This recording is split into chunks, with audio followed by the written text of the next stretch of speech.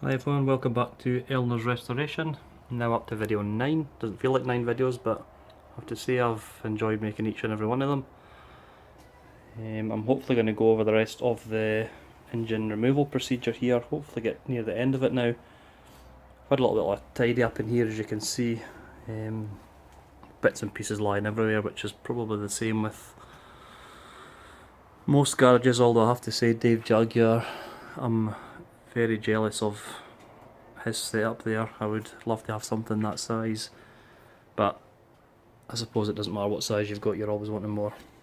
So anyway, I'll carry on with the procedure at the moment, and we'll be up to step 15. So step 15 was when I took the manifold and exhaust away from the head of the engine completely. I've put this on just finger tight at the moment just to show you how it was. So we're looking at the back of the engine here. This heat shield here was held on by 2 bolts that hold that come from the studs from the back of the head. So we've got one on there and then the other one just in there. These come off and this heat shield just simply lifts loose. It's just to stop the heat from the exhaust going to the wire and other things that could cause damage to. So the heat shield was off. The next thing, I took the other bolts off. There's 6 in total all the way along, so 1, 2, 3, 4, 5, 6. That means the manifold can just pull free from the head. The top bolt here holds an air vacuum that goes to the servo unit. So if we could see the brake servo unit here, this end here goes over here, and that's just loosened. Removed that from there. The next part, the exhaust downpipe comes up from obviously the back of the car, comes up and it joins onto here. That is held on simply by a clip. Be different clips depending on the exhaust, but this is a fairly standard exhaust. So the clip clips together on one side, and it's simply a nut and bolt fixing on the other side. Goes around there, attaches this section here, and it's, if you can see further up the very top there,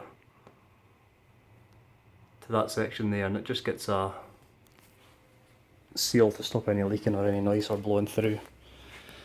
So once that's detached, the exhaust just pulls free. This is obviously loose, there's nothing else holding it on, this can just be pulled off. And as I mentioned before, that was taken away and that was wire brushed, painted, and it looks brand new. There's no cracks or anything I need to worry about. What I do with these, because it'll be months down the line when I'm back here, is I just put the bolts back on, screw them finger tight to the end, and that way you know where they are when you're coming back to them. Right, step 16, I removed the master cylinder from the brake servo.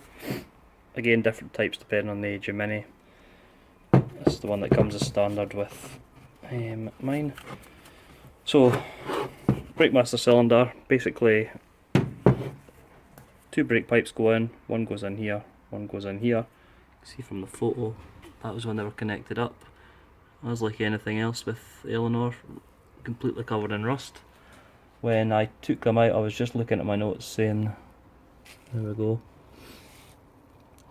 one came out okay, the other was a pain in the ass. It kind of sums up restoration. You think you're getting somewhere and then it takes you 20 minutes to undo a bolt. So these 2 here were just undone, withdrawn, taken away. I was lucky there was no brake fluid in as I drained it, but if you've got brake fluid, just keep a rag or a bucket underneath. There's always going to be some seeping out even if it is empty. So I've just again set this in finger tight to show you, but the brake servo unit here, the master cylinder connects in here, that just fits over there, and it's connected with 2 bolts to here. So what you do then is disconnect these bolts and the master cylinder just pulls away from the brake servo. So when that was out, I just taped up the pipes just to stop any dirt or anything getting in, and that's pretty much what it looks like on that photo there. Step 17, the brake servo and the bracket removal. I'd had a fluid leak, brake fluid leak at some point, and down under here was in a proper state. The nuts were rusted solid and it took me a long time to get them off. You can take the bracket off with the servo in it, but it's no great access, and if it's all coming out anyway and getting wire brushed, it's just as well taking it off. So there's 4 bolts holding the servo onto the bracket. You can see back there, there's the top one, one down the side, one on the other side, and there's one right underneath there. Again, access wasn't great at the time if you think this is what it looks like now, but when the engine's in it's a bit more limited. So that comes off, undoes, and then that's how that attaches in there. But if you'll see this back section here, that's held on by a plastic pin and a split pin that holds onto a rod. I'll show you on this photo here. It's held on like that. The rod takes you down the back here, which goes down and connects to the brake and accelerator pedal underneath there. So once that was off, I had a lot of problems getting into here to try and get the nuts off, to the extent that I had to use a hacksaw to cut the nuts, and you can't get in here with an angle grinder, and it was long, tedious work. But you get the bolts off eventually. There's this one at the back here, one in the middle here, and obviously one up on the back panel. Once that's off, that just lifts away. I did spend a bit of time sanding this, and I got the main bits, but as you can see at the bottom, it's been rusty for a long time. So that's maybe something to look at, whether I can refurb that or if I'm going to get a good second hand or a new part. Step 17, I removed the pressure regulating valve for the brake lines in the front engine bay. As you can see here, it's attached to the strengthening plate for the cross member. The 2 pipes here was earlier removed from the master cylinder. It's attached to the strengthening plate by a bolt through here, straight onto there, as you can see. So it's held on by one bolt. It's affixed to 2 brake pipes underneath. You can see one of them still there, the other's been removed when I removed the floor. They are just the same union fittings as was taken off before. So what I've done with that, removed the 2 screws for the brake pipes on the bottom, removed the bolt that takes it there, and that just simply pulls away. Step 18, I removed the clutch slave cylinder that's attached to the gearbox casing, as you can see here. This is it when it's been removed. It's pretty nasty as well. That'll be another replacement. Pretty much going to be a new car I'm building part by part. So there's 3 bolts that goes on, bottom one here and these 2 up here. It just sits in this orientation here, screws on. There we go. Sits on there like that. The bolts were a bit rusted, but they did come off. The only thing attaching this to the master cylinder is the fluid line here. If I can come on from the light, I did try and take this off, but it was rusted solid, and because I'm getting new ones I just cut it. So to get this off, you're releasing the 3 bolts, one from here at the top, one from the other top, and one from here. Then release this, pull that out, and like you can see, this pulls away and just that comes off. Fairly simple. For step 19, there's an engine tie bar, an engine stability bar, whatever you want to call it. Attaches onto here, holds the engine in place. On this bolt here, there's also an earth strap attached onto there. The other end of the tie bar holds onto a bracket on the bracket here. That's just a case of undoing the bolt at the engine end, or either end, to be honest. It came off all in one. But undo here, and then it simply anchors up the way. I noticed at this point the engine was quite wobbly, back and forward. There wasn't many things holding it sort of steady now. So just to give you a shot there, that's a photo I took of the engine steady bar. You can see that on the top here, that's the solid bar up there, and the earth strap attached below it. Step 20 was to remove the breather pipe that came from the carburettor. So you can see that's the end that goes into the carburettor there. Follow it down, it's attached by 2 bolts on the casing of the gearbox there and there. I've just put that on finger tight just to show you, but obviously that's tighter when it's on. So 1 bolt there, the other bolt there, and that's all that holds it loose. And that just lifts away. That's just, like I say, a breather pipe for the carburettor. Now, step 21 is the upper suspension rebound rubber. It's probably better to see from a photo here, but this is the rubber here. It's a single screw. Just undo the screw and it pulls out. What you have to do is jack up the car to relieve some of the suspension tension on it before you do that. I'll show you what it is in the car. It's a bit harder when the wheel's back on here, but you can see the hole here that the screw goes in. So the rubber fits in there and then it just screws on here. Once that's been taken out, you get a block of wood just to jam it in there to stop it moving about.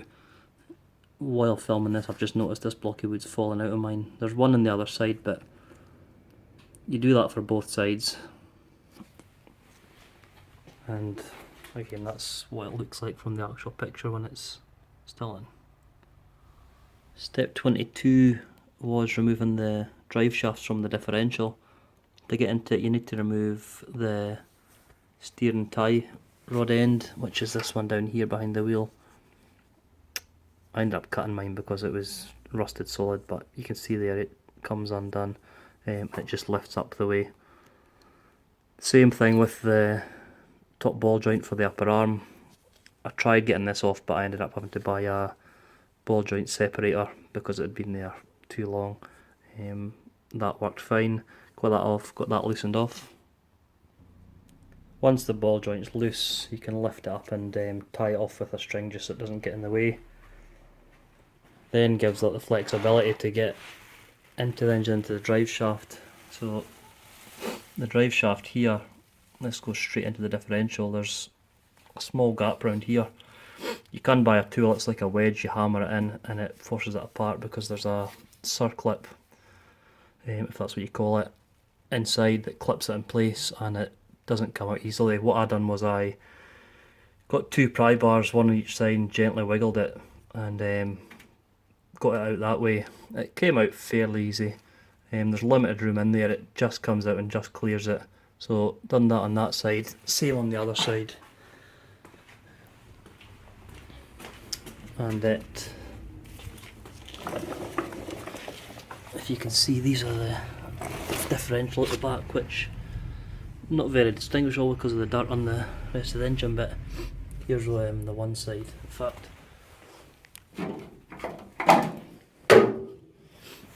this is where the one drive shaft goes into here. You can get a good look in there, and then similarly on the other side, just in there. So once they were cleared enough, I could just leave them hanging there, and once I'd left them actually in the engine bay, there was this oil and stuff coming out of them. I didn't want to start getting in them, so I just covered them with bin bags, just to keep them safe. Step 23 was to remove the gear rod linkage. This sits underneath the car. The gear stick comes out of here. It's attached to the centre tunnel by 2 bolts through here. You can see these bolts here, that's the ones there. This goes along, it attaches at the other end to the differential. I spent hours and hours trying to get, it's a small roll pin out that goes in here. as you can see, I was very unsuccessful. I ended up cutting my rod off. That is the rope in, just right in there. I tried, and when it was in the engine, it's very inaccessible. And eventually I gave up and sacrificed the unit. Still to get that out, but this was a refurbished unit I ordered that I'll just simply replace. Step 24 was the engine mounts that go onto the subframe. You can see the two holes just there. One on one side and then the same on the other side of the subframe. Something to bolt through. I ended up cutting through mine because they were rusted solid, but once you cut through them the mounts simply lift away. Step 25, I've done a final check of any outstanding wires, electrical connectors that were still connected, like the temperature sensor here. Went round it, double checked everything, then connected up the engine hoist to the straps underneath the sump here. I'll stick a couple of photos in here.